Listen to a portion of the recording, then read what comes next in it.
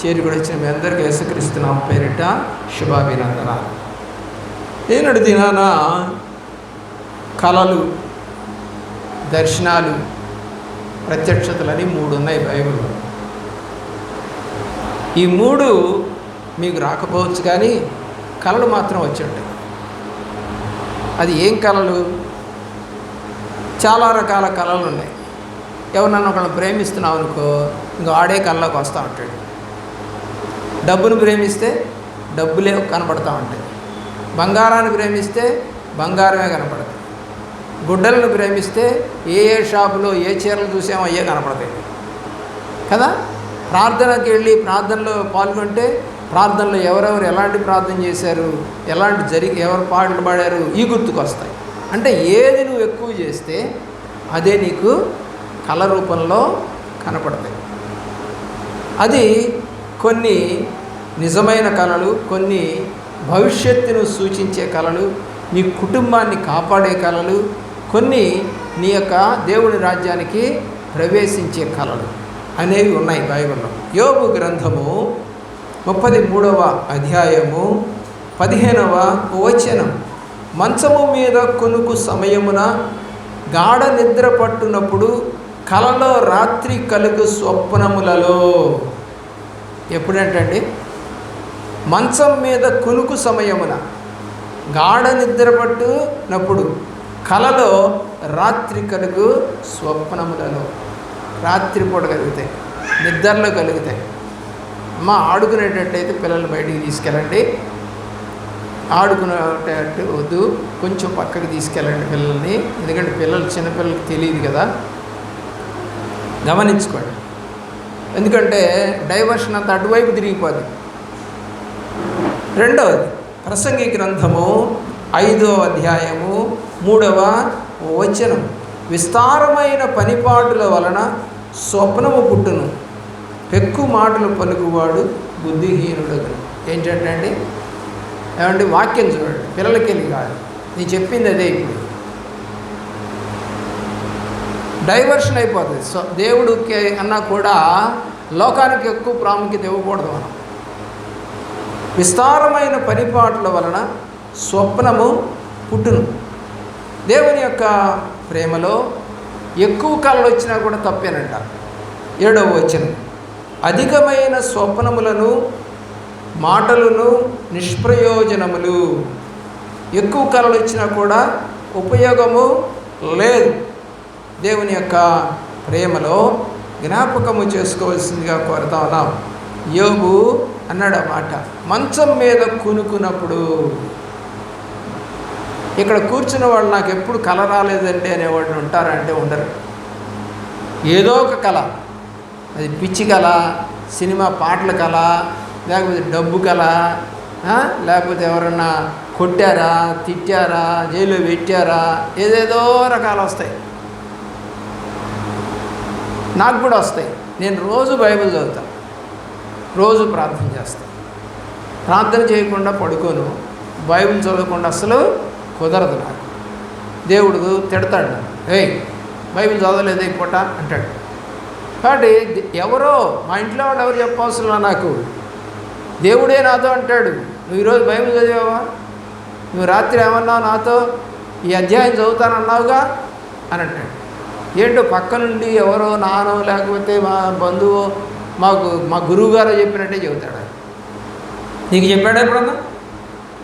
నీకు అనిపించిందా బైబిల్ చదవమని చెప్పిన స్వరం ఏమైనా వినపడిందా? లేదు. కారణం ఏంటంటే ఏది మనం ఎక్కువ ఇష్టపడతామో అదే మనకి మాట్లాడుతూ ఉంటాం. కాబట్టి అధికమైన స్వప్నాలు కూడా నిష్ప్రయోజనాలు.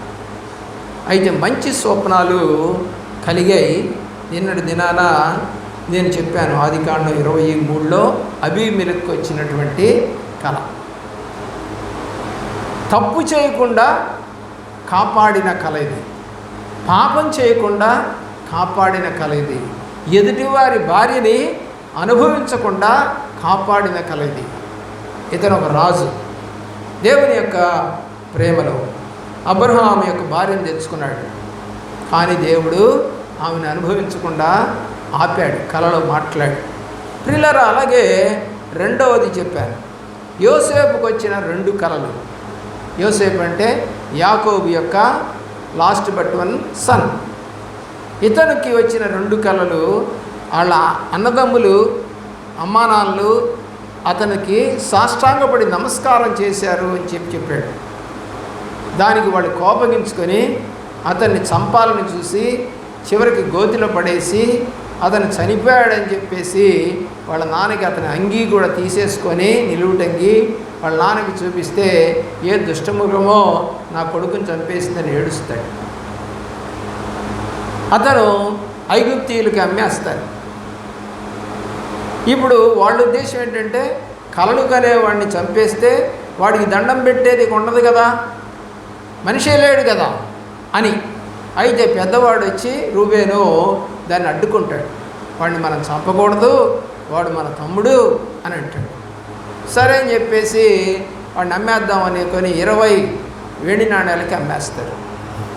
ప్రియులరా, అతను పొతిఫరింట బానిసగా బతుకుతూ మరి తర్వాత మరలా జైల్లో పెట్టినప్పుడు ఈ 2 మనుషులకి, పానదాయకుడికి భక్ష్యదాయకుడికి కళ్ళు వస్తే ఆ కళ్ళ భావం చెబుతాడు.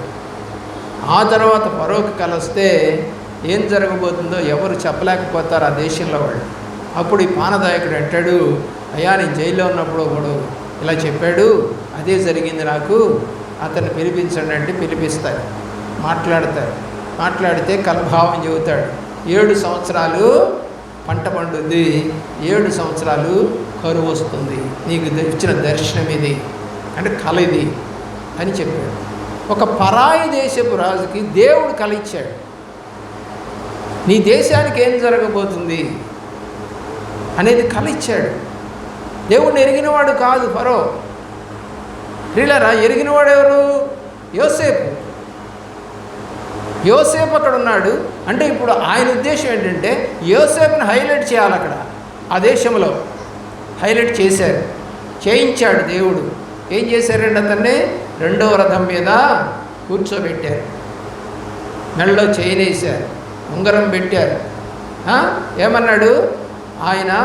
కాలు ఎత్తితే కాలు, చెయ్యి ఎత్తితే చెయ్యి, అతను చెప్పినట్టు చేయండి అన్నాడు. దేశానికి హెడ్ అయిపోయాడు. ఎలాగా? ఎందుకు అంటే అతనికి మొదట వచ్చిన దర్శనము ఇప్పుడు నెరవేరుతుంది. ఏమని? కరువు వచ్చేసింది. కరువు వచ్చిన తర్వాత ఆ యొక్క అన్నదమ్ములు, తర్వాత తండ్రి, అరే మనకి ఇక్కడ ధాన్యం లేదు కదా, ఐగుప్తులో ధాన్యం ఉందంట, కొనకరా పోండి, నీ డబ్బులు ఇచ్చి పంపిస్తాడు. వస్తారు, వచ్చి కొనుక్కోవడానికి దానే వస్తారు. అయితే వాళ్ళు తమ్ముడిని గుర్తుపట్టరు, తమ్ముడు అన్నలను గుర్తుపడతాడు. అయితే అతను ఒక జిమ్మిక్ చేస్తాడు అక్కడ, ఎందుకంటే వాళ్ళందరినీ చూడాలనుకుంటాడు. అయితే బెన్యామీన్ రాడు, ఆ బెన్యామీన్ని తీసుకురమ్మని పంపుతాడు. బెన్యామీన్ వస్తాడు. అయితే మీ నాన్న బతుకున్నాడని చెప్తారు. అయితే వాళ్ళ నాన్న బతుకున్నాడని చెప్తే, సరే మీ నాన్నని కూడా తీసుకొని రండి, అలా ఈ బెన్యామీన్ ఇక్కడే ఉంచండి, లేకపోతే వీడిని పంపను అని అంటాడు. ఇప్పుడు మిగతా అమ్మా నాన్నలందరూ కూడా వచ్చేసారు. టోటల్ ఫ్యామిలీ ఎంతమంది రాసింది బైబిల్లో? 70 మంది. ఎంతమంది వచ్చారట ఐగుప్తుకి? 70 మంది వచ్చారట. అంటే వాళ్ళ యొక్క ఫ్యామిలీస్కి పెళ్ళిళ్ళు అయిపోయాయి, వాళ్ళకి పిల్లలు పుట్టారు. వీళ్ళందరూ కలిసి 70 మంది ఐగుప్తుకి వచ్చారు. ఎప్పుడు? కరువు సమయంలో. ఇంకా ఎన్నేళ్ళు ఉంది కరువు? 5 ఏళ్ళు ఉంది కరువు. 2వ ఏడు అన్నమాట ఇది.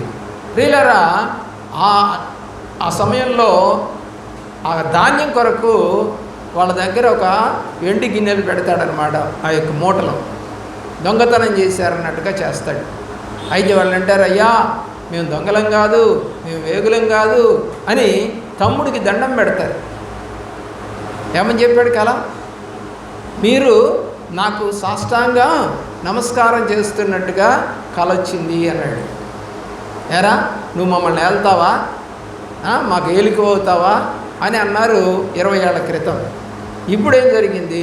చచ్చినట్టుగా ఆయనకి మొక్కి మేము దొంగలం కాదని బతిలాడుకున్నారు. సరే నేను వాళ్ళ నాన్న తీసుకొస్తాను. తమ్ముడిని తెచ్చారు. మొదట బెన్యామీని చూసి ఏడుస్తాడు పక్కకి వెళ్ళి. ఆ తర్వాత నాన్న కూడా వస్తాడు. అప్పుడు ఉన్నదన్నట్టుగా చెప్తాడు, దేవుడే నన్ను ఇక్కడికి పంపించాడు, మీరు కాదు. కారణం ఏంటో తెలుసా? మిమ్మల్ని బ్రతికించడం కోసం దేవుడు నాకు ముందుగానే కళ ఇచ్చి పంపించేశాడు అని చెప్తాడు. పిల్లరా, కళలు కొంతమందికి మంచివి, కొంతమందికి చెడ్డవి. చెడ్డ కళలు చాలామందికి వస్తాయి, మంచి కళలు వచ్చిన వాళ్ళు చాలా తక్కువ మంది ఉంటారు. నాకు వాక్యము తీసి వాక్యము ఎక్కడుందో చూపిస్తాడు దేవుడు. నాకు ఎక్కడుందో ఆ వాక్యం చెప్తాడు, తీయమంటాడు, బైబిల్ తీసి చదవమంటాడు. నీతో ఎప్పుడన్నా అలా మాట్లాడా? ఈ సమయంలో ఒకరికి నష్టం జరగబోతూ ఉంది, లేచి ప్రార్థన చేయమంటాడు అర్ధరాత్రి 2 గంటలకు 3 గంటలకు. నాకైతే తెలియదు ఎవరికి జరగబోతుందో, మా కుటుంబమా, సంఘంలోనా, బంధువుల్లోనా తెలియదు. మొన్నటి దినం కూడా నా కాలంతా జాలుగా ఉండి అసలు కాలే లేపలేకపోయిన పరిస్థితి వచ్చేసింది నాకు. ఏంటి నేను లేవలేకపోతున్నాను మంచం మీద నుండి, కాలింటి పట్టేసింది, ఏం జరిగింది అని చెప్పేసి నేను మనసులో అనుకుంటూ దేవుణ్ణి స్తుతించాను. స్తుతించిన ఒక 5 నిమిషాలకి కాలు మామూలుగానే ఉంది, దానికి ఏం అవ్వలేదు అసలు. లేచి కూర్చొని ప్రార్థన చేసి, అదే రోజు మా యొక్క తెలిసినటువంటి పాస్టర్ గారు కృపాకర్ రావు గారు చనిపోయారు. ఆ వ్యక్తి నాకు చెప్పినప్పుడు ఎలా చనిపోయారు ఏంటంటే, ఆయనకి కాలికి ఏదో బాధ వచ్చింది, ఆసుపత్రిలో చేర్చారు అని విషయం చెప్పారు. నేను అనుకున్నా, దేవా, ఈ అర్ధరాత్రి సమయంలో నన్ను లేపి కాలుకి బాగలేదని చూపించి నాకే చూపించి ప్రార్థన చేయమన్నావు. ఎవరి గురించి చేయమన్నాడో తెలియదు నాకు. ప్రియులరా, అలా ఎన్నో పర్యాయాలు జరిగాయి నాకు. ఎవరి గురించి చెప్తాడు, వాళ్ళకి జరగబోతుందని చెప్తాడు, ప్రార్థన చేయమంటాడు, ఎవరో చెప్పడు. నీకు ఎప్పుడన్నా అలాగే దర్శనాలు వచ్చాయా, కళలు వచ్చాయా? మంచి మాటలు, సినిమాలు చూసి పడుకుంటున్నావా? జబర్దస్తులు చూసి పడుకుంటున్నావా? సినిమా పాటలు చూసి, రీల్స్ చూసి ఏమైనా పడుకుంటున్నావా? నశించిపోతారు, పాడైపోతారు, కుటుంబం పాడైపోద్ది, నీకు నువ్వే పాడైపోతావు. ప్రభువుని స్తుతించి పడుకోండి. రాత్రి జాముల యందు నేను నిన్ను స్తుతించుచున్నాను అంటాడు దావీదు. రాత్రి జాములలో ప్రార్థన చేస్తున్నాడట. ఉదయకాలం నా ప్రార్థన నీ సన్నిధికి చేరునుగాక అంటాడు దావీదు. నేను మధ్యాహ్నం భోజనానికి ముందు ప్రార్థన చేస్తున్నాను, పడుకోబోయే ముందు చేస్తున్నాను, లేవగానే చేస్తున్నానని చెప్పాడు దానియేలు. రాజుగా అయిన తర్వాత దావీదు రోజుకు నేను 7 సార్లు చేస్తున్నాను, అంటే 3 గంటలకు ఒకసారి చేస్తా ఉన్నాడు ప్రార్థన. మరి నీవు ఎన్ని గంటలు చేస్తూ ఉన్నావు? ఎన్ని సమయాలు చేస్తూ ఉన్నావు? నీకు మేలు జరగకపోవడం గల కారణం ఏంటి? భక్తిహీనులకు మేలు జరగదని బైబిల్ రాసి ఉంది. భక్తి కలిగిన వారికి దేవుడు దర్శనం ఇచ్చేలే నడిపిస్తాడు. దేవుని యొక్క ప్రేమలో గమనించవలసిందిగా కోరుతున్నాం. ఇదే యాకోబుకి తండ్రి ఇంటి దగ్గర నుంచి మా ఇంటికి వెళ్ళేటప్పుడు దారిలో ఒక దర్శనం వచ్చింది. చూడండి, బైబిల్ తెరవండి.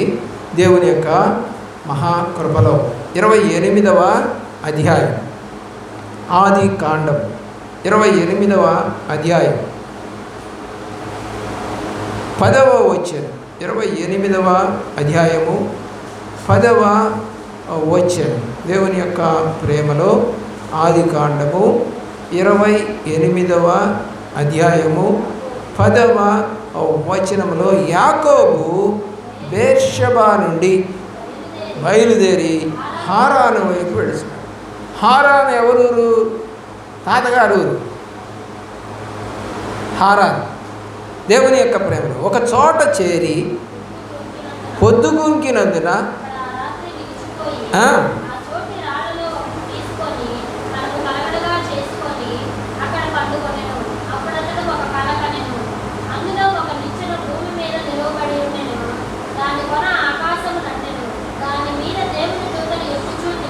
ఎలాంటి చక్కని దర్శనం అండి! మోసగాడికి ఒక చక్కని దర్శనం వచ్చింది. ఎప్పుడు? రాత్రికాలం ఒంటరిగా ఉన్నాడు. ఏమండి, ఒంటరిగా ఉన్నాడు, ఎవరు లేరు, రాత్రి అయిపోయింది, ఇంకా ప్రయాణం ఏం చేస్తాంలే అని ఒక రాయిని తలగడగా చేసుకొని పడుకున్నప్పుడు వచ్చినటువంటి దర్శనము ఒక నిచ్చెన భూమి మీద నిలవబడి ఉండెను, దాని కొన ఆకాశం మీద ఉంది. నిచ్చెన అంటే ఏంటండి జరిగేది? పైకి ఎక్కిపోతాం. నిచ్చెన అంటే అర్థం ఏంటి? పైకి ఎక్కడానికి ఒక సాధనం మనకి. అంటే దేవుడు అతన్ని హెచ్చించబోతున్నాడు. హల్లెలూయా. అతన్ని ఏం చేయబోతున్నాడు? హెచ్చించబోతున్నాడు. పైకెక్కడం అంటే హెచ్చించటం అని దేవుడు ఒక దర్శనాన్ని అతనికి ఇచ్చాడు. ఎవరున్నారంట దాని మీద? దేవుని దూతలు. ఎవరు కనపడ్డారు? దూతలు. మనకెవరు కనపడతారు? చిరంజీవి, మహేష్ బాబు, అనుష్క, త్రిష, జబర్దస్త్లో వాళ్ళు, వీళ్ళు కనపడుతున్నారా? అవునా? పాపం ఉంది నీలో, పాపం పంచుకుంటున్నావు. దేవుడి యొక్క రాజ్యవాసులుగా పిలవడానికి ఆయన నిన్ను ఎన్నుకుంటే, రక్షిస్తే, వాక్యం ఇస్తే, ప్రార్థన ఇస్తే, బాప్తిజం ఇస్తే పక్కకు పెట్టేసేసి దేవుడి కన్నా కూడా లోకాన్ని ఎక్కువ ప్రేమిస్తున్నాం, ధనాన్ని ఎక్కువ ప్రేమిస్తూ ఉన్నాం. అన్నీ నగలేసుకొని చర్చికి వస్తే గొప్ప, గొప్ప గొప్ప డ్రెస్సులు వేసుకొని చర్చికి వస్తే గొప్ప, తలకు హెయిర్ డ్రైలు వేసుకొని చర్చికి వస్తే గొప్ప, మంచి సెంట్లు కొట్టుకొని చర్చికి వస్తే గొప్ప. ఏది గొప్ప? ఏమంటే అవన్నీ వేసుకోకూడదా? అన్యాయంగా సంపాదించి అయితే వేసుకోవద్దు, వాయిదాల మీద కొనుక్కొని అయితే వేసుకోవద్దు. నీ స్వయంగా సంపాదించుకొని ఆ డబ్బుతో కొనుక్కుంటే తప్పులేదు. కానీ వాయిదాల మీద పెట్టుకునే వాళ్ళకంటే ఇది అర్థం చెప్పండి. వాయిదాల మీద వేసుకున్నారంటే అర్థం చెప్పండి. ఆశ. వాళ్ళందరూ వేసేసుకుంటున్నారు, మేము కూడా వేసేసుకోవాలి, కానీ నా దగ్గర డబ్బులు లేవు, కానీ వాయిదాల మీద నేను కట్టుకుంటాను, నెలకు 5,000 10,000 అని అది తెచ్చేసుకొని వేసేసుకొని కులుకులు కులుకులు కులుకులు నెల 2 నెలలు వేసుకుంటుంది అమ్మగారు. 3వ నెల బోసిపోయి ఉంటుంది. మేడం ఏంటమ్మా అంటే తాకట్టు పెట్టాను అయ్యగారు. మళ్ళీ అక్కడికి పోయింది, అది తాకట్లోకి పోయింది. మరి ఏది నీ వైభోగం? మళ్ళీ పెళ్లి చూపులు వచ్చినాయంట కూతురికి. ఇప్పుడు నగలు తెచ్చుకోవడానికి కూడా లేవు. పక్కా నామని అరువు అడుగుతుంటే కుదరదు లేక అన్నారంట. పోయి గోల్డ్, నికెల్ గోల్డ్ తెచ్చుకొని మొత్తం కలిపి ఒక 2,000కి మెరిసిపోయే గోల్డ్ తెచ్చి వేసుకుందంట. వచ్చి చూసి అన్నారంట, ఇవన్నీ మీయేనండి అంటే మాయేనండి అందంట. అంత దొంగలే, ఎంత దొంగలే.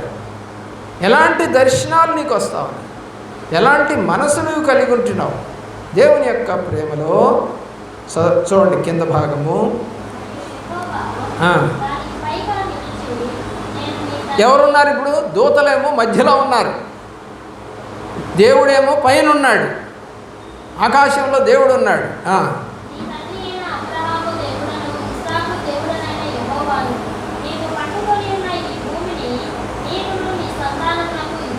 ఎంత ఆశీర్వాదం అండి. ఎప్పుడన్నా నీ కుటుంబానికి, అమ్మా నీ కుటుంబంలో ఉన్న పిల్లలకందరికీ చదువు ఇస్తున్నాను, ఉద్యోగం ఇస్తున్నాను, మంచి వాహనాలు ఇస్తున్నాను, మంచిగా నీకు ఇల్లు ఇస్తున్నాను, మంచి పిల్లల పాపలను ఇస్తున్నాము, అందమైన పిల్లల్ని ఇస్తున్నాను నీకు అని ఆయన చెప్పాడా? పిల్లలు కనడానికి ప్రయాసలు పడతా ఉన్నారు భార్యాభర్తలే తప్ప ప్రార్థనలు లేవు. పడుతున్నామండి 4 ఏళ్ల నుంచి, రాలేదండి. రాదు. దేవుడికి ఏది మహిమ? దేవుడు అంటున్నాడు, ఇతనికి పెళ్ళయిందా? కాలా, పెళ్ళి కాల, మామింటికి వెళ్తున్నాడు. ఇప్పుడు పెళ్ళి కాకుండా ఉన్నప్పుడే దేవుడు దర్శనంలో చెప్తా ఉన్నాడు. మామ దగ్గరికి వెళ్ళిన తర్వాత ఎన్ని సంవత్సరాలకు పెళ్ళయింది? 7 సంవత్సరాలకు అయింది. ఆ 7 సంవత్సరాలకు కూడా గుడ్డిదాన్ని ఇచ్చారు, లేయాని. ఆలోచన చేయి. 7 సంవత్సరాల ముందు దేవుడు ఇస్తున్నటువంటి ఒక దర్శనం, ఒక కళ, ఒక ఆశీర్వాదం, ఒక వాగ్దానం దేవుడు ఇస్తూ ఉన్నాడు. మరి నీ పెళ్లి కాకముందు దేవుడు ఏమైనా నీతో చెప్పాడా? మంచి అమ్మాయిని ఇస్తున్నాను, మంచి అబ్బాయిని ఇస్తున్నాను, నీకు పిల్లల్ని ఇస్తున్నాను, వాళ్ళని నేను అభివృద్ధి చేస్తాను అని ఏమైనా వాగ్దానాలు ఉన్నాయా? లేవు. సంకలు ఎగరేసుకొని పెళ్ళిళ్ళు చేసుకున్నావు, సంకలు ఎగరేసుకొని పిల్లల్ని అంటున్నావు, కానీ వాళ్ళ భవిష్యత్తు ఏంటి? కానీ ఇక్కడ అంటున్నాడు దేవుడు, నీకును నీ సంతానమునకును ఈ భూమిని ఇస్తాను. ఒకటి పడుకున్నావే, ఈ స్థలం నీకు ఇస్తా. ఏంటిది అది? కనాన్. కనాన్ అంటే యెరూషలేము. దేవుని యొక్క ప్రేమలు చూడండి. 14 నీ సంతానము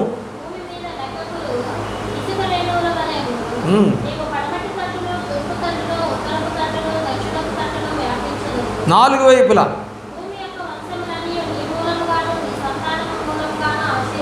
ఈ ఆశీర్వాదము, ఇప్పుడు ఇతనికి చెప్పిన ఈ ఆశీర్వాదము మొదట ఎవరికి చెప్పాడు? గుర్తు చేసుకోండి. 12వ అధ్యాయంలో దేవుడు అబ్రహాముకు చెప్పాడు. చూడండి, 12వ అధ్యాయంలో 7వ వచనంలో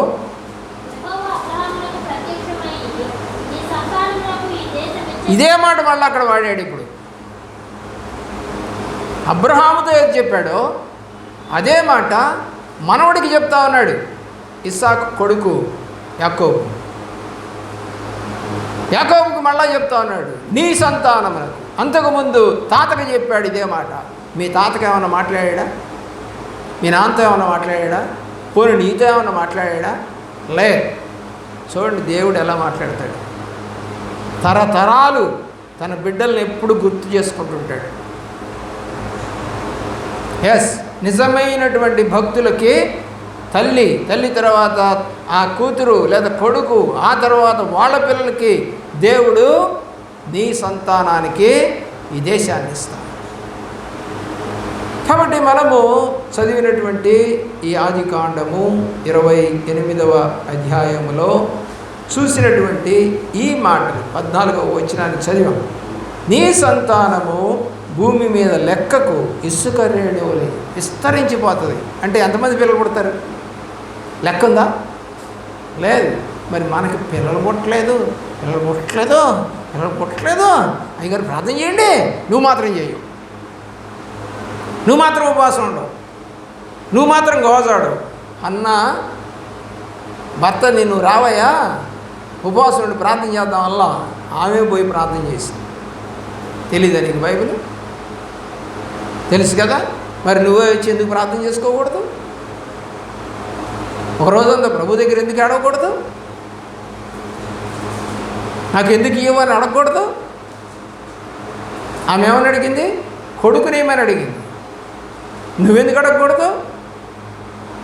దేవుడు 14 యోహాను రాసిన సువార్తలో ఒక మాట మనతో మాట్లాడుతూ ఉన్నాడు. యోహాను రాసిన సువార్త, మా బైబిల్ చూడమ్మా, నిద్రపోవద్దు. ఎక్కడ చూసినా నిద్రే, ఫ్యాన్ ఉంది, నిద్ర. అందరూ నిద్రపోవటమే 10 గంటలకు వెళ్ళి. నా నామమున మీరు నన్నేమి అడిగినను చేస్తానని చెప్పాడు కదా. మరి ఆయన నామాన్న హన్న అడిగింది కదా, నాకు ఒక కుమారుని ఇస్తే. 10వ వచనం సమూయేలు మొదటి గ్రంథం 1వ అధ్యాయం 10వ వచనంలో ఆమె ఏం చేస్తుంది? యెహోవా సన్నిధిలో ప్రార్థన. ఏమంటే మేము ఇంట్లో చేసుకుంటున్నాం. ఏమంటే ఇంట్లో చేసుకునే కాడికి చర్చిలు ఎందుకు? హిందువులకు గుళ్ళు ఎందుకు? ఇంట్లో కూడా పూజా గది ఉంటుంది. మరి ఎందుకు గుళ్ళకి వెళ్తున్నారు వాళ్ళు? మీ ఇంట్లో కూడా ప్రార్థనా గది ఉండకపోవచ్చు. నాకు తెలిసి నేను ఎన్నో క్రైస్తవుల ఇళ్ళు చూశాను, కానీ ఎవరింట్లో కూడా ప్రార్థనా గది లేదు. ఎంత డబ్బున్నోళ్ళ ఇంట్లోకి వెళ్ళినా ప్రార్థనా గది అంటూ లేదు. Living room, kitchen room, bedroom, ఏమంటే ఇలాంటి రూమ్లే కనపడుతున్నాయి తప్ప ప్రేయర్ రూమ్ అనేది లేదు. ఎంత డబ్బు ఉండి కోటీశ్వర్లవని ఈరోజు ప్రార్థనా గదులు లేవు. ఆ రోజుల్లో ఉండే. నేను బ్రిటిష్ వాళ్ళు కట్టినటువంటి కొన్ని ఆ యొక్క కట్టడాలు, హౌసెస్, అంటే వాళ్ళు ఇక్కడ నివసించినప్పుడు ఉన్న హౌసెస్ ఉన్నాయి ఇప్పటికీ. ఆ గృహాల్లోకి నేను వెళ్ళినప్పుడు వాళ్ళు చెప్పారు, ఏమండి ఇది ప్రార్థనా గది, మధ్యలో ఒక బల్ల ఉంటుంది చిన్నది, అంటే టీపాయ్ లాంటి బల్ల ఉంటుంది, దాని మీద బైబిల్స్ పెట్టుంటాయి, పాటల పుస్తకాలు పెట్టి ఉంటాయి. ఇంకెక్కడ పెట్టరు, ఆ గదిలోనే ఉంటాయి. ప్రియులారా, అటుపక్క ఒక ఇద్దరు కూర్చోడానికి, ఇటుపక్క ఒక ఇద్దరు కూర్చోడానికి, అటు ఇటు ఒక ఇద్దరు కూర్చోడానికి, మొత్తం 6 కూర్చోడానికి వీలుగా అది ఉంటుంది. అది మోకాళ్ళేసి, కుర్చీలు ఉండవు. ఏంటి ఈ గది అంటే ఇది ప్రార్థనా గది అండి. ప్రార్థనా గదులు నేను హిందువుల్లో చూశాను.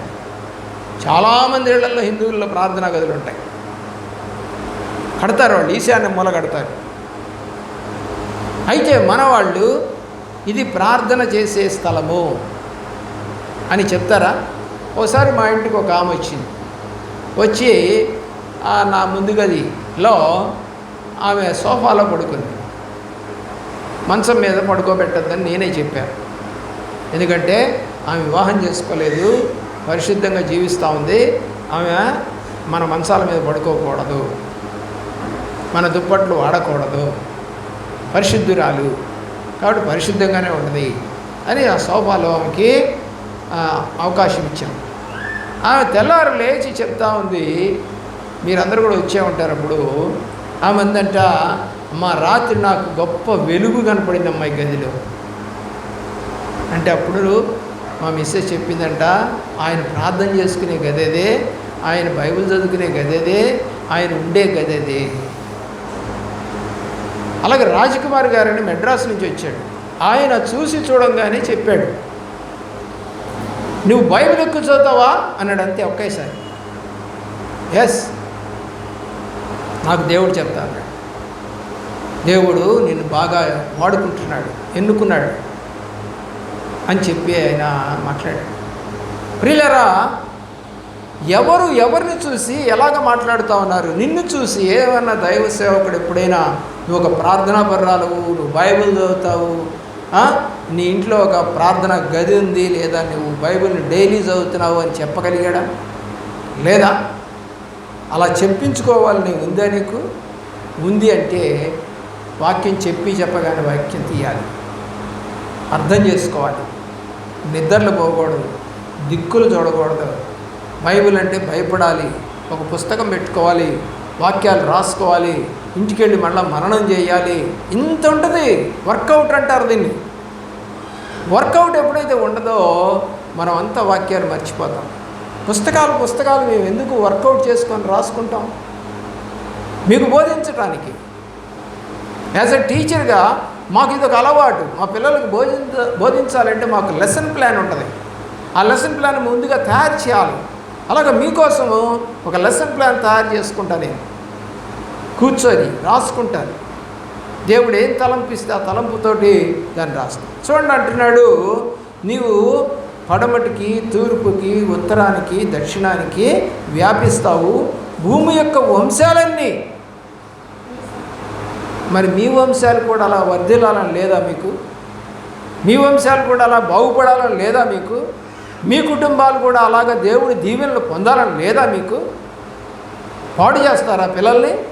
ప్రార్థన లేమితో మీరు గడిపి మీ పిల్లల్ని అలా పాడు చేస్తారా? దేవుణ్ణి ఎరగని వారుగా చేస్తారా?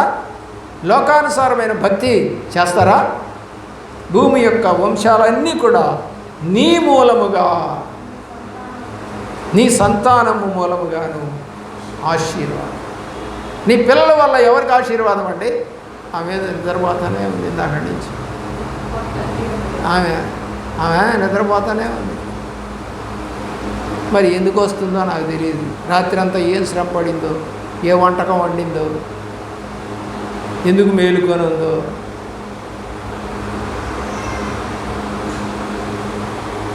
దేవుని యొక్క ప్రేమ ప్రియులరా, చాలాసార్లు చెప్పాను నేను, సన్నిధిలో నిద్రపోతే దరిద్రత వస్తుంది, పెళ్ళున దిగి వస్తుంది అని రహస్యం. పెళ్ళునంట అంటే నీకు తెలియకుండానే నీలోకి సాతాను ప్రవేశిస్తాడు. దానివల్ల నష్టపోయేది నువ్వే, నీ కుటుంబమే. ఇతను నిద్రపోతున్నాడు, కల వచ్చింది. మాట్లాడుతుంది ఎవరు? దేవుడు. దేవుడు మాట్లాడుతూ ఉన్నాడు. ఇదిగో చదువు 15వ వచనం, నేను నీకు తోడయుండి. ఎంత గొప్ప దేవుడు అండి! నువ్వు ఎక్కడికి వెళ్ళినా సరే నిన్ను కాపాడతాను. మనకుందండి ఆ నమ్మకం. రైల్లో వెళ్ళామా, బస్సులో వెళ్ళామా, విమానంలో వెళ్ళామా, ఆటోలో వెళ్ళామా, కారులో వెళ్ళామా, సైకిల్ మీద వెళ్ళామా, బండి మీద వెళ్ళామా, క్షేమంగా ఇంటికి వెళ్తామనే నమ్మకం మీకుందా? నిన్నటి దినాన మొన్న గాలివాన లాగేదో వర్షం వచ్చింది, అంతా ఒక 10 minutes పావు గంట వచ్చింది కదా. సరే, తెల్లారి న్యూస్లో ఒక అతను ఇలాగే భార్య పిల్లలు బండి మీద వస్తున్నారు. అనుకోలేదు కదా వర్షం వస్తుందని, సడన్గా వచ్చేసింది. సరే, అంతమందిని వేసుకొని మనం పోవడం మంచిది కాదులే అని ఒక 2 kilometers ఉందండి ఇంకా దూరం ఇల్లు. చెట్టు దగ్గర ఆగారు. పిల్లరా అనుకోకుండా పిడుగు పడిందండి చెట్టు మీద, మొత్తం స్మాష్. భర్త, భార్య, 2 పిల్లలు అందరూ చచ్చిపోయారు. కానీ ఇక్కడ మాట ఏముంది? వెళ్ళి చోటల్లా నేను నిన్ను కాపాడును, ఈ దేశమునకు నిన్ను మరలా రప్పిస్తాను, నిన్ను విడువనని చెప్పగా. అప్పుడు అర్థమైందంట. ఇదంతా చెప్పిన తర్వాత చదవండి. యాకోబు నిద్ర తెలిసి నిశ్చయముగా అది నాకు భయపడి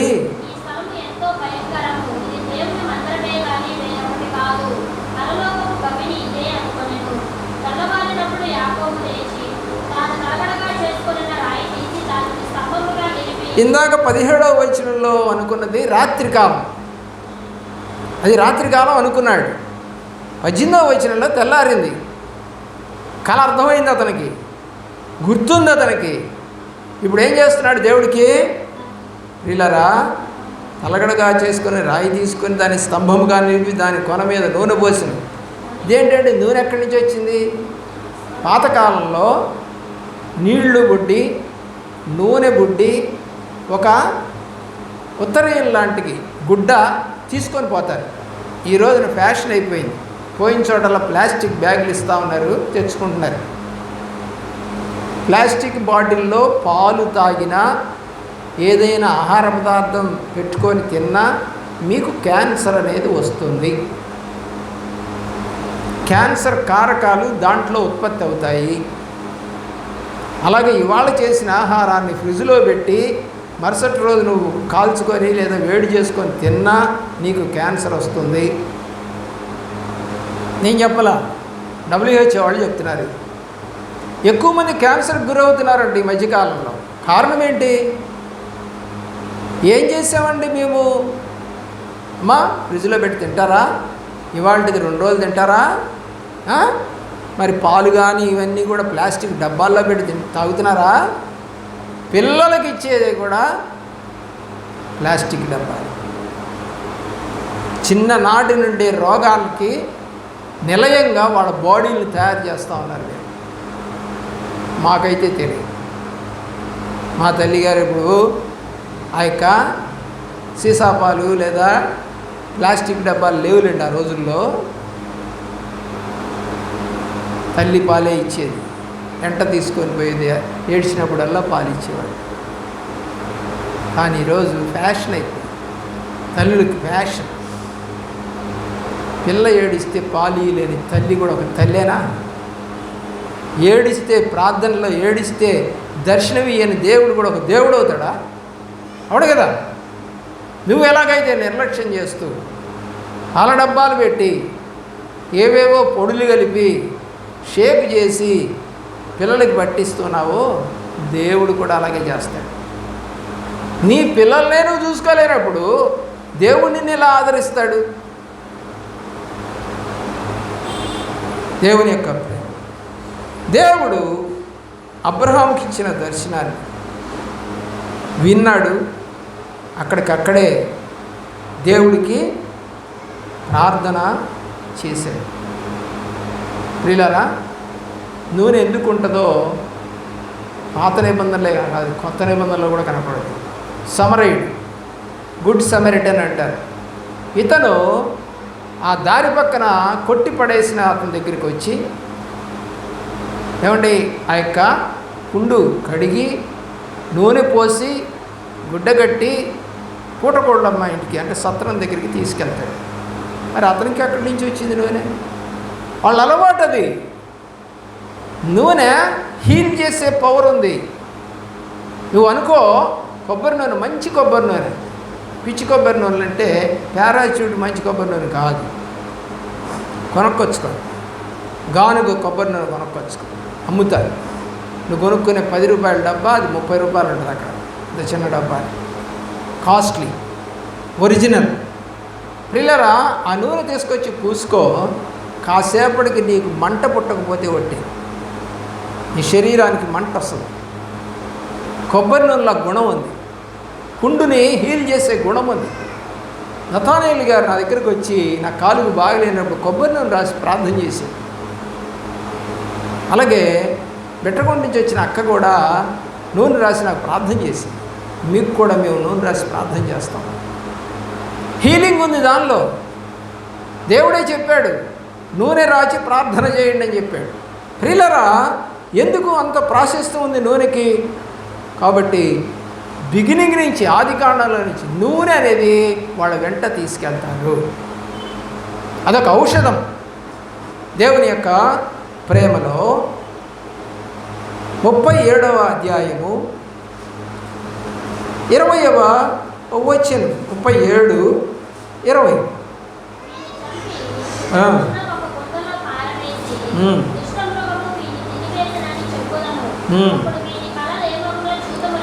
ఏమనుకున్నారండి? తమ్ముడిని చంపేసి వీడి కలలిక ఏమవుతాయో చూద్దాం. ఎంత ఘోరమైన పనులండి, ఎంత పాపపు పనులండి. స్వకీయులుగా ఉన్నటువంటి ఒక తల్లి గర్భాన పుట్టినటువంటి పిల్లలే ఒకళ్ళకొకళ్ళకి పట్టలేదనేది ఈరోజు కాదు, ఆ రోజుల్లోనే ఉంది. మొట్టమొదట కయ్యను హేబేలుని చంపేసింది. ఒకే తల్లి పుట్టిన బిడ్డలిద్దరు. కాబట్టి ఈ రోజున ఇదే వింత కాదు. అక్క చెల్లెళ్ళు మాట్లాడుకోపోవటం, అక్క తమ్ముడు అన్న చెల్లెళ్ళు మాట్లాడుకోకపోవటం పెద్ద వింతేమి కాదు. దేవుడు అన్నాడు వెళ్ళిపోతూ, ఒకరికొకరికి నేను చెప్పండి విభేదము పెట్టవచ్చి తిని అన్నాడు. ఏం పెట్టడానికి వచ్చాడంట? విభేదం. ఎందుకు? ఆస్తి గొడవలు. కోడళ్ళు వస్తారు, కోడళ్ళు వచ్చేంతవరకు బాగానే ఉంటారు. ఇక కోడళ్ళు వచ్చిన తర్వాత నేను ఉండను, ఇక్కడ నేను చేయలేను ఈ చాకరీ, నేను వండి పెట్టలేను, నేను ఉతకలేను, అసలు పడుకోవడానికి కూడా టైం ఉంటుందా నాకు, నీకు సేవ చేయాలి, మామకు సేవ చేయాలి, అత్తకు సేవ చేయాలి, ఇల్లు ఉడుచుకోవాలి, గుడ్డలు ఉతకాలి, అమ్మో నా వల్ల కాదు, నన్ను విడిగా పంపించేసి మనం విడిగా వెళ్ళిపోదాము కూడా. పాపం అది లేకపోతే వీడు ఉండలేడు. కాబట్టి అమ్మ ఏమనుకోవద్దులే, నిన్ను బాధ పెట్టిన వాళ్ళు అవుతాం, మీకు ఒక 10,000 20,000 ఇస్తాను నేను, మీరు ఇక్కడ హ్యాపీగా ఉండండి అని అంటారు. ఏమైపోతాయి? కుటుంబాలు విడిపోతాయి. విడగొట్టుకోవడానికే నువ్వు సంబంధం కలుపుకున్నావా? వీళ్ళరా కాదు, కలుపుకోవడానికి సంబంధం కలుపుకోవాలి. ప్రియులరా, జ్ఞాపకం చేసుకోవాల్సింది ఒక కళ వాళ్ళకి నష్టాన్ని కలగజేస్తుంది. 45వ అధ్యాయం 2వ వచనం, 45 2వ వచనం.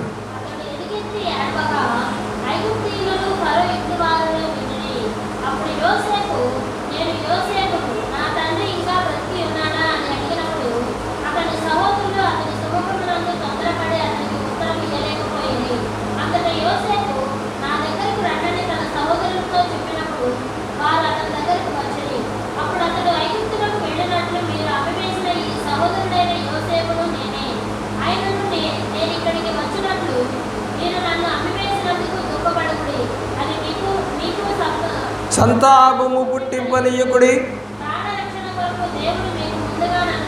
ఏమంటున్నాడు? నన్ను ముందుగా మిమ్మల్ని కాపాడటం కోసం నన్ను పంపించాడు. నేను కన్న కలలు నిజం.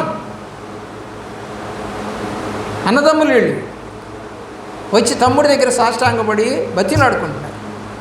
ఇప్పుడు నాన్న కూడా వస్తాడు తర్వాత. 2 సంవత్సరముల నుండి కరువు దేశంలో ఉన్నది, సేద్యమైనను కోతైనను లేని సంవత్సరంలో ఇంకా 5 వచ్చును. మిమ్మల్ని ఆశ్చర్యముగా రక్షించి దేశంలో మిమ్మల్ని క్షేమముగా నిలుపుటకును ప్రాణములతో కాపాడుటకును దేవుడు మీకు ముందుగా నన్ను పంపెను. ప్రియులారా, ఎందుకు చెప్తున్నాడు ఇక్కడ? కరువు ఇంకా 5 సంవత్సరాలు ఉందని వీళ్ళకి తెలియదు. అది ఎవరికి తెలుసు? యోసేపుకి తెలుసు. యోసేపు ఉంటున్నటువంటి ఐగుప్తులో ఉన్నటువంటి ఆ దేశ ప్రజలకు తెలుసు. వీళ్ళు కనాన్లో ఉంటున్నారు, వీళ్ళకి తెలియదు. తమిళనాడులో ఏం జరుగుతుందో నీకు తెలుసా? తెలియదు కదా. పక్క ఊర్లో ఏం జరుగుతుందో కూడా తెలియదు. అదే మన ఊర్లో జరిగింది, నలుగురు అనుకుంటాం. అందుకు చెప్తున్నాడు, ఇంకా ఎన్ని సంవత్సరాలు ఉంటుంది అనుకుంటున్నావు కరువు? 5 ఏళ్ళు. ఈ 5 ఏళ్ళు మిమ్మల్ని నేను పోషిస్తాను. 7 సంవత్సరాలు బతకడం అంటే కరువులో నిజంగా దేవుడు కృప కాదండి. చచ్చిపోతారు. గొడ్లు గోదాములు అన్నీ చచ్చిపోతాయి, పక్షులు. కరువు ఉంటే ఏది బతకదు. నీళ్ళుండవు. కరువు ఉంటే ఏముండదు? నీళ్ళుండవు, పంటలు పండవు, సేద్యం ఉండదు, ఆహారం ఉండదు. ఎన్నాళ్ళు ఉంటుందండి? మీ ఇంట్లో 4 కట్టలు బియ్యం తెచ్చి పెట్టుకున్నావు, ఎవరో చెప్పారని కరువు వస్తుంది. ఎన్నాళ్ళు ఉంటుంది అది? ఎన్ని రోజులు తింటావు చెప్పండి? ఇంకా బియ్యం లేదు, స్టాకు రావట్లేదు. ఈ 4 కట్టల బియ్యంతోనే బతకాలంటే 7 సంవత్సరాలు బతుకుతావా? 4 నెలలకు కాదు కదా. ఇప్పుడు టిఫిన్ చేసుకోవడానికి కూడా లేదు కాబట్టి పరా 3 పూట్ల తింటా ఉంటావు కూర్చొని. మరి అంతే కదా ఆకలి. మధ్యలో తిన్నయని లేవు ఇప్పుడు. కాబట్టి అన్నమే ఆహారంగా మార్చుకొనిక దాన్నే పరమౌషధంగా మార్చుకొని ఉండక 1/2 కేజీయా, కేజీ ఉండు. 25 కేజీలు ఎన్ని రోజులు వస్తాయి? 25 రోజులు వస్తాయి. అయిపోయి పొద్దున సాయంకాలం 2 పూటలు వండితే 2 కట్టలు బియ్యం అయిపోతాయి. ఒక్క నెలకి ఫినిష్. 2 నెలలు బతుకుతాం. 3 నెలల నుంచి పోలేను, అయిపోయింది మన బతుకు. అలా ఏడవకుండా చేస్తా నేను. 5 సంవత్సరాలు మిమ్మల్ని నేను పోషిస్తాను. మీరు నా దగ్గరే ఉండండి. వచ్చేసరికి మొత్తం 70 మంది వచ్చేసారు. దేవుని యొక్క ప్రేమలో, దేవుడు కృపలో వీళ్ళందరూ కూడా మొత్తము వచ్చేసారండి. దేవుడి కార్యాలు వాళ్ళు చూశారు. అలాగే 40వ అధ్యాయము 5వ వచనం, 40వ అధ్యాయం 5వ వచనం.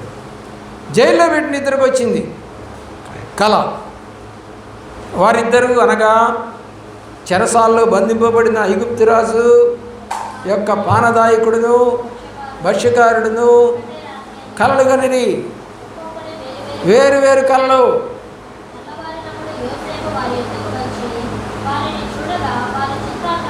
సరే, వారు కళలు కన్నారు, చెప్పారు. ఏమని చెప్తూ ఉన్నారు? కళలో 9వ వచనం. కళలో పానదాయకుడికి ద్రాక్షవల్లి నా ఎదుట ఉండెను. ఆ ద్రాక్షవల్లికి 3 తీగలు ఉండెను. అవి చిగురించినట్లుండెను, పువ్వులు వికసించెను. మంచి దర్శనం వచ్చింది పానదాయకుడికి. ప్రియులరా, ఆలోచన చేయండి. మరియు ఫరో గిన్నె నా చేతిలో ఉండిను. ఆ ద్రాక్ష ఫలములు నేను పట్టుకొని ఫరో గిన్నెలో వాటిని పిండి ఆ గిన్నె ఫరో చేతికి ఇచ్చినని తన కళను అతనితో వివరించింది. మంచి కళ. అంటే తాను జైల్లో నుండి మళ్ళీ బయటకు వచ్చి మళ్ళీ ఎవరి దగ్గర ఉంటాడంట? రాజు దగ్గర ఉంటాడట. రాజు దగ్గర ఉండకుండా ఇప్పుడు జైల్లో పెట్టారు. మళ్ళీ తిరిగంటే రాజు దగ్గరికి వెళ్తాడట అని చెప్తాడు యోసేపు. అప్పుడు యోసేపు దాని భావం ఇదే. ఆ 3 తీగలు 3 దినాలు అంటే ఇంక 3 రోజులు రాబోతామని. ఇక 3 దినములలోగా ఫరో నీ తలను పైకెత్తి నీ ఉద్యోగం నీకు మరలా ఇప్పించును, నీవు అతని పానదాయకుడు ఉన్న వాటి మర్యాద చొప్పున ఫరో గిన్నెను అతనికి చేతిగా అప్పగిస్తాను. భావం చెప్పేసి కొంతమందికి నేను అలాంటి భావం చెబితే నేను సరైన చెప్పడు అన్నాళ్ళు ఉన్నారు నాకు ఈ సంఘంలో. కానీ అదే జరిగింది వాళ్ళకి. ఉన్న నిజం చెప్తే నమ్మట్లేదండి, అసహ్యంగా చూస్తాం. ఎప్పుడు చూడు ఆశీర్వాదం. ఒక అమ్మాయి మన దగ్గర నుంచి వెళ్ళిపోయి వేరే పాస్టర్ దగ్గర డబ్బులు ఇచ్చి, నాకు 5 రూపాయలు వాళ్ళకి డబ్బులు ఇచ్చి ప్రతిసారి 500 రూపాయలు ఇచ్చి ప్రార్థన చేయండి అయ్యగారు అంటుంటే ఆయన డబ్బాలు పెట్టుకుంటాడంట. ఆ డబ్బాలకు ప్రార్థన చేసిస్తాడంట. డబ్బా కూడా మీరు కొనుక్కునే పనిలే. భలే తెలియగలడు ఆ పాస్టర్, మనకు లేదులే తెలివి. ప్రియులరా, ఆ ప్రార్థన చేసి ఇచ్చి, అమ్మ ఇది రోజు నువ్వు అన్నం తినబోయే ముందు అన్నంలో 2 చుక్కలు వేసుకో, ఉదయం లేవగానే ఏమి తినకముందు పరగడుపున 2 చుక్కలు వేసుకో అక్కడ నోట్లో, సాయంకాలం పడుకోబోయే ముందు మళ్ళీ 2 చుక్కలు వేసుకో అన్నాడు. ఏంటంటే చుక్కల మందా వేసుకోమని. డబ్బాలు అయిపోతున్నాయంట. ఈ అమ్మాయికి అప్పటిదాకా కొవ్వు లేదంట, ఇప్పుడు కొవ్వు పెరిగిపోయిందంట పిల్లకి. డాక్టర్ దగ్గరికి వెళ్ళారంట. అమ్మ ఇంత కొవ్వు ఉంటే పిల్లలు పుట్టరు తల్లి అన్నారంట. కొవ్వు ఎట్టు వచ్చిందండి? నాకేం తెలుసు అమ్మ, ఏం తిన్నావాటి? రోజు తాగుతుండే కొబ్బరి నూనె. కొవ్వు రాక ఏమవుద్ది? మా పాస్టర్ గారు చెప్పారు కదా, ఇలా జరిగింది ఏంటి అనుకుంది. ఆ పిల్లలు పుట్ల. డాక్టర్ చెప్పింది అది మానేసి అయిపోయి అట్ట పోసుకోబాకు అని చెప్పి ఆమె ఏదో ట్యాబ్లెట్లు ఇచ్చి ఆమె ఏదో చేసిన తర్వాత ఆమె మళ్ళీ గర్భధారణ వచ్చింది. ఈ రోజున ఎవరిని నమ్ముతున్నావు? దేవుణ్ణి కాదా? ఎవరో ఒక మనిషి చెప్పిన మాటను నమ్ముతున్నావా? నువ్వు రక్షణ పొందిన సంఘాన్ని వదిలిపెట్టావా? నీ సేవకుడు చేసిన ప్రార్థన పోయిందా? ఎందుకని అలాగా మాయ మాటలు చెప్పే పాస్టర్ల దగ్గరికి వెళ్తున్నారు? దేవుని యొక్క ప్రేమ నీకేం కలుగుతున్నాడు? క్షేమము కలిగినప్పుడు నన్ను జ్ఞాపకం చేసుకోమన్నాడు యోసేపు. చేసుకున్నాడు వీడు? చేసుకోవాలి. 2 ఏళ్ల దాకా చేసుకోవాలి. 2వ వాడికి వచ్చింది కాలం. చూడండి దేవుని యొక్క ఆ ప్రేమలో 2వది చదవండి. భావం మంచిదని భక్ష్యదారుకుల అధిపతి చూచి అతనితో ఇట్లనెను, నేను నువ్వు కలగంటిని, ఇదిగో తెల్లని పిండి వంటలు గల 3 గంపలు నా తల మీద ఉండేది. 17వ వచనం చదువు.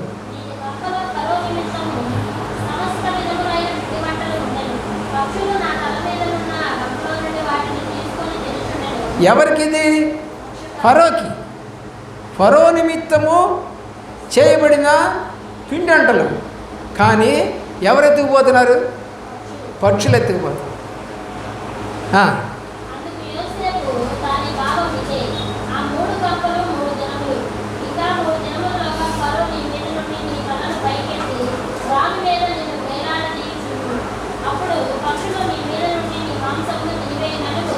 ఎవడైనా మెచ్చుకుంటాడండి. ఇప్పుడు ఒకడికేమో మంచి జరుగుతుందని చెప్పాడు, ఒకడికేమో చంపేస్తాడని చెప్పాడు.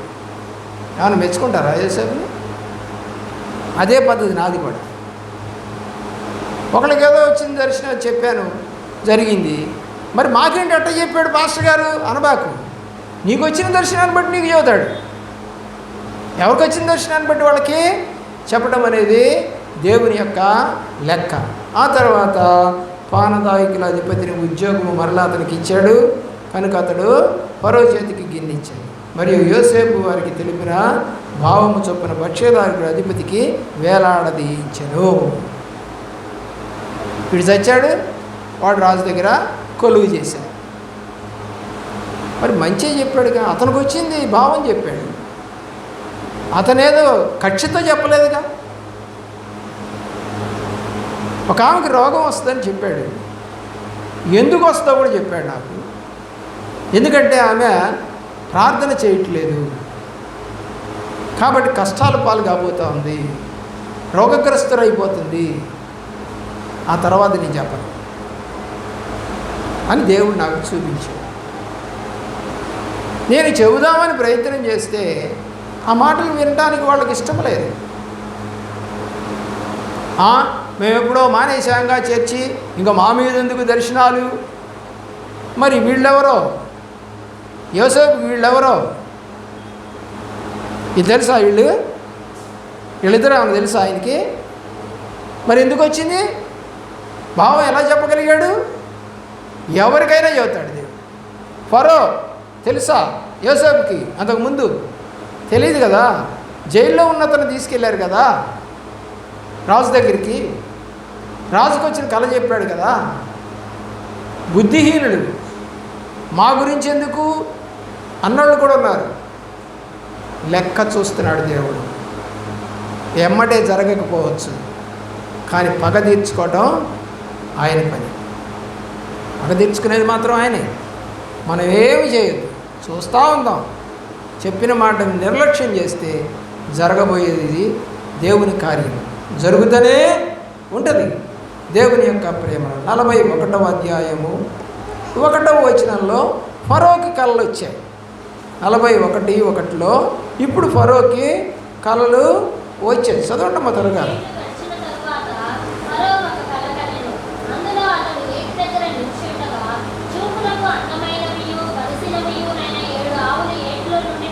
చాలు, దర్శనం అంతా చదువుకోండి, ఇంటికి వెళ్ళి కళ. 5వ వచనం చదువు. అతడు నిద్రించి 2వసారి కళ కనెను. ఇంకో కళ వచ్చింది వాళ్ళ.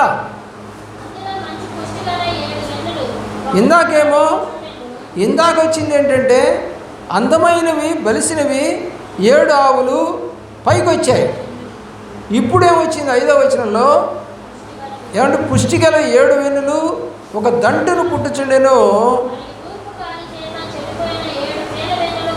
పేల వెన్నులు అంటే ఇత్తనాలు లేనివి.